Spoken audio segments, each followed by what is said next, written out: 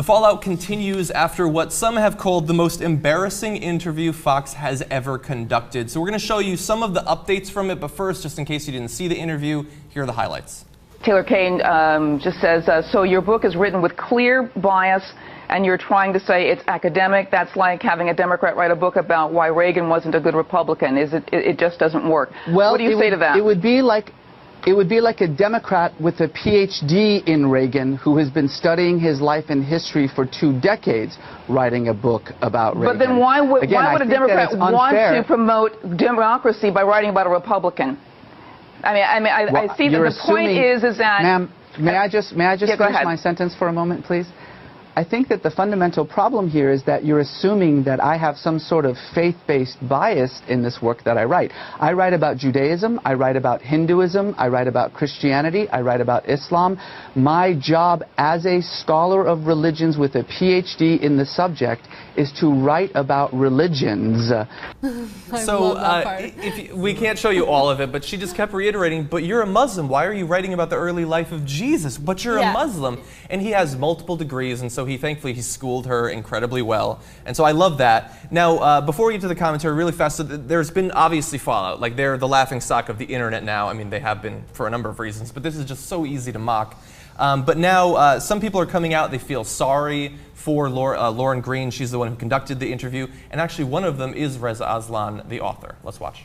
Look, I feel really bad for Lauren Green. Anybody, you know this, Alex, anybody on your show knows this, that Lauren was sitting there being yelled at by some producer in her ear, trying her hardest to figure out how to continue this. Now. Exactly, you know. And one of the things that's most satisfying about this is that I'm getting a lot of emails from conservatives, from Fox News watchers, who are saying that this has turned them away. In a sense, this is kind of Fox News's jump the shark moment. I think that he handled that in the classiest possible way. And in the initial interview, what I definitely saw, and I think Cenk talked about this on the main show, I'm not sure, was just like this projection from Fox, like where they always come from such a biased point of view that they can't imagine a Muslim writing about Jesus from an unbiased point of view. And I love all the different ways in which she asked the exact same question. So first, she asked from her own perspective, like, why would you as a Muslim want to write about Jesus? She's like, and I'm paraphrasing, and then she's like, but I'm reading this article and they're asking the same question. Why is it that you'd want to write about Jesus? Like, stop asking the same freaking question. Can I just say that I think this is why what we do here is so important, because yes, we do have something in our ear right now, but no one is barking directions at us, and everything that we say is coming out of our own brains, whether you agree with it or not.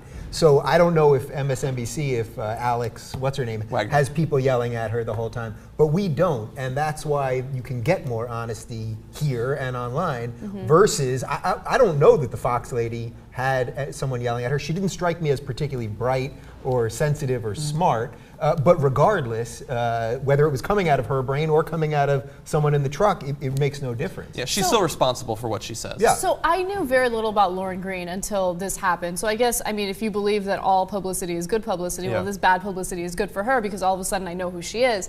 But she's Fox News's, like, religious correspondent. Yes. That's insane. Well, I mean, look, Why we would didn't you see need a religious correspondent? No, a correspondent that is, to some degree, an expert on religion, I suppose. The same way you might have a law correspondent or a business correspondent, I suppose. I'm trying to be fair. A law correspondent or a business correspondent is of importance and relevance. Like we have Colonel Morris Davis on for military issues and stuff like that in the TV show. Right, military issues are relevant. Sorry, I'm just trying to be devil's advocate. Listen, when the royal baby was born last week, CNN literally had a royal correspondent. I kid you not. I mean, someone was coming on as royal family and he was a baby. And it was just a 6-day-old baby. It was very upsetting. I read an article today, or I didn't read the article, I saw a headline. What would the royal baby look like as an adult? What are we doing? I don't. What's happening right now? Oh my God, I don't know. Well, maybe just interject the possible, I guess the usefulness of having a religious correspondent. We do argue a lot about it in the country, and if you have if something happens with terrorism, and then people go, well, what religion is that, and what are these Muslims doing, and it helps, I think. Now the fact that she's biased. Exactly. And She's a correspondent that's there to promote Christianity. Exactly. Not to have any kind of ironically, someone like Reza Aslan, who knows and has studied these religions, would be a type useful person to have to talk about things that we wouldn't understand because we haven't studied all of them. Yeah. Which I don't think she has either. Yeah, she finds it hard to imagine that you could write a book as a Muslim about Jesus without being biased, because if they were to write a book about Muhammad, it would be biased as hell. Oh, definitely. But there has actually, like, what's so funny about this is, you know, Fox has gotten a lot of criticism for being like so obviously anti-Muslim. Reza Aslan makes the reference to jumping the shark, and so the way they respond to the criticism is to bring on a guy that says some vaguely anti-Muslim stuff. So I'm referring to Brent Bozell of the Conservative Media Research Center. He came on to defend Lauren Green, and this is what he said.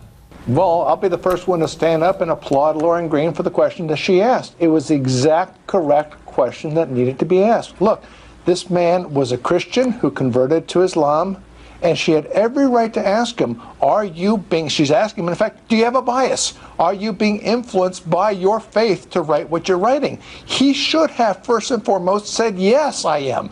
To deny it shows the arrogance, and you saw his answer, just the aloof arrogance to how dare she even ask that question. Look, the fact of the matter is, the Muslim faith believes that Jesus Christ did not have a divine nature. They do not believe he was God.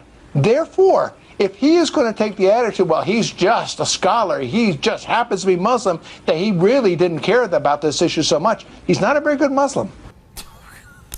Wow. He is an expert on what it takes to be a good Muslim. Obviously, Reza Aslan, not one. But it's also an example of Fox News rejecting education, because as Reza Aslan said, clearly, I have 4 degrees in religious studies. Like, I'm not some person who's just randomly pulling facts out of my ass. Like, he is a religious scholar. But it doesn't matter to Bozell, who is not a scholar of anything other than BS. You know what I mean?